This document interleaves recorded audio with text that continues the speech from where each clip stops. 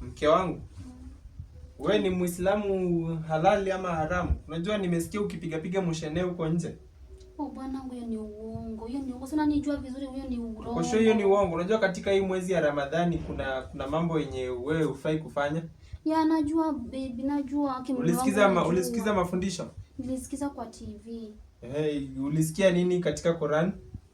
Nilisikiza John 3:17. For God so loved the world that he gave his only begotten son. Bibi, nini mbaya? Kwa nini unatoa kofia?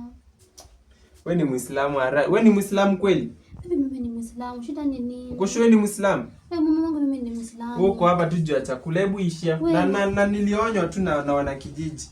Unataka dini kuamsha? Hebu ishia. Mama wangu nini mbaya? Nifungie mlango ukitoka. Wewe si Muislamu haramu, wewe ni Muislamu haramu wewe. Watu wengine yani